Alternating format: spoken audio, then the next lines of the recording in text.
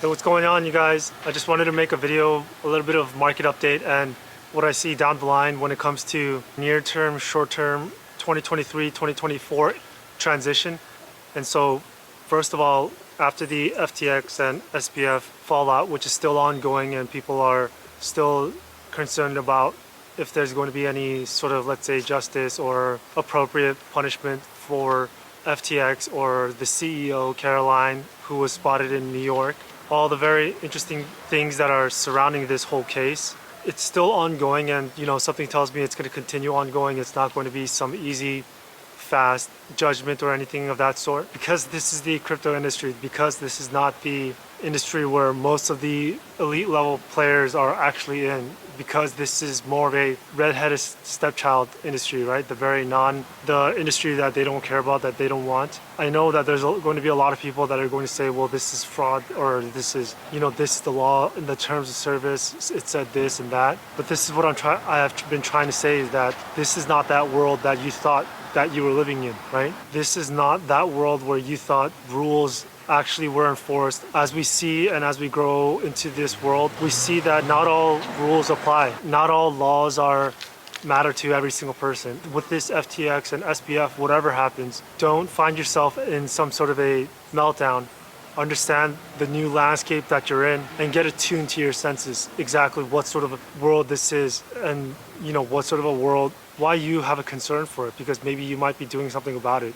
If not now, maybe into the future. So that's just my word on however this SBF and FTX falls out. I don't think the industry is over, nor do I lose belief on what I think we might be seeing with these cryptocurrencies. Let this period pass. Let's see the regulations that comes forward. Let's see how the global landscape changes, and from there make a different assessment on what we think we're going to see. But overall, I still hold the belief that these products may be the bridge for the human beings alive today to be entitled to their data, to their information. It's going to help them. So let's see how that all turns out. It seems that the regulations and a lot of crypto company decisions will be made to whether or not they're going to continue business in the US or start business outside the US, right? And so, for example, when you look at, let's say, Nexo has decided that they will exit all United States, and most likely anyone that has a similar structure like the United States when it comes to regulations. So this is a company that was operating in the Caribbean, if I'm not mistaken, that was doing business with US citizen customers, now deciding that they are not going to, right? And we've already talked about this in my past videos about these sorts of companies that's going to decide to go outside the US. All these flurry of things are happening, and it's setting up for a different sort of world that most people might have been thinking, right? Some people might have been thinking that we were going into, let's say, crypto-friendly environment. But as you can see, there are companies already fully understanding the regulations that are about to come and trying to figure out what exactly to do right now, right? But aside from that, what we're looking at is markets that will likely begin to turn. Maybe it could be next year, the second half of next year, maybe through 2024. Overall, the bear market does not seem to be fully over for me. It seems that there is a little bit to go. We will probably see a conclusion of that next year. I'm placing my expectations on the first half of the year, where some sort of I would assume a pause would start to be introduced, or at least talked about. But when it does, people have to understand that it's likely that it's possible that pause will stay longer than most people think, right? I think the second that the Federal Reserve comes out and says that they're going to pause rates, people are going to assume that Jay Powell is going to start cutting rates next time. But that's too soon to say. We don't know just yet. But overall, that's what it appears to look like for me. In addition to that, we're looking at the dollar, and the dollar has come down from its parabolic rise, right? It appears that the dollar fall from its parabolic rise, maybe test the former ceiling, former resistance, and see if it's going to make a support or break down through that, right? If we're looking at the Federal Reserve, their actions, the Chinese Communist Party and their actions, it's possible that the DXY goes past, right? And it might go 98, 97, 96, right? We will have to see if it will go further than that, because if it does, and with all the whole picture with the Federal Reserve and what they want to do with the rates into the next year, maybe the dollar can continue going down, right? We'll have to wait and see. When it comes to crypto, right, this is a very different environment, in that the crypto contagion is, like I said, it does not appear a crypto contagion is a main concern unless there are more stuff that we don't know about, right? Whether it be more stuff that we didn't understand regarding tethers with DCG, Genesis, or is it other things with projects? Those risks, I think, are still there.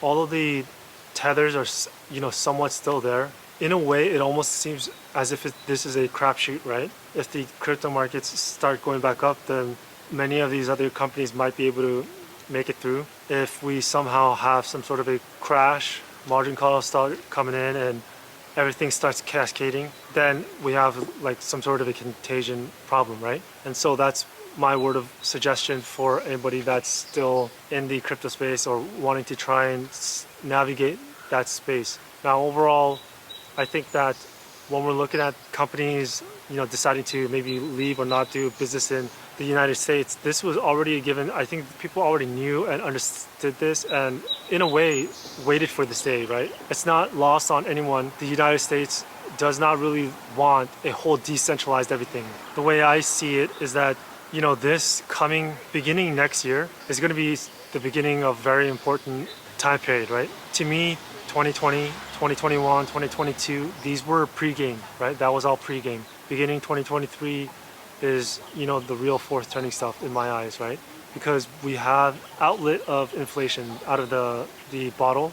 And so how that reacts with the necessity to expand the balance sheet for the easing of society, right? We're going to see how that relationship is, because people have always assumed, since we have an issue of inflation getting out, right? Now the Federal Reserve is going to be concerned with how to ease while juggling the inflation that's there, right? But also deflation that's creeping behind them. It's a very difficult position that they're in. And on top of that, it's a very difficult position that society is in. I believe that cheap money is quite over. I don't think that there's going to be cheap money and nonstop. But overall, keep out for that and make sure you don't get washed up in that sort of environment, because that sort of environment is the wave. That sort of world is where you have the huge tidal waves and tsunamis crashing, right? And, being in that environment, which everyone, I think, in some way will be forced to be in that environment because of where we are in history, is going to be it can be difficult to navigate. And so you want to make sure you have risks in other parts of your life down. Manage all those different areas of risk so that you can go through this time period in the best possible shape. Because the way we all saw with the crypto industry, look how many companies, supposedly official or supposedly experienced financial professionals, companies, just one after another gone. It's beyond what most people were probably suspecting, right?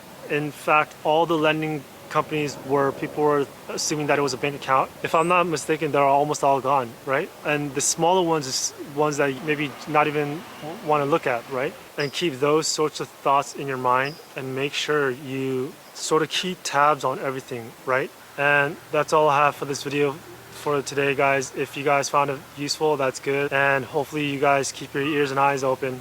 Make sure you pay attention, even to the things that may not seem like they're important, right? With that said, good luck.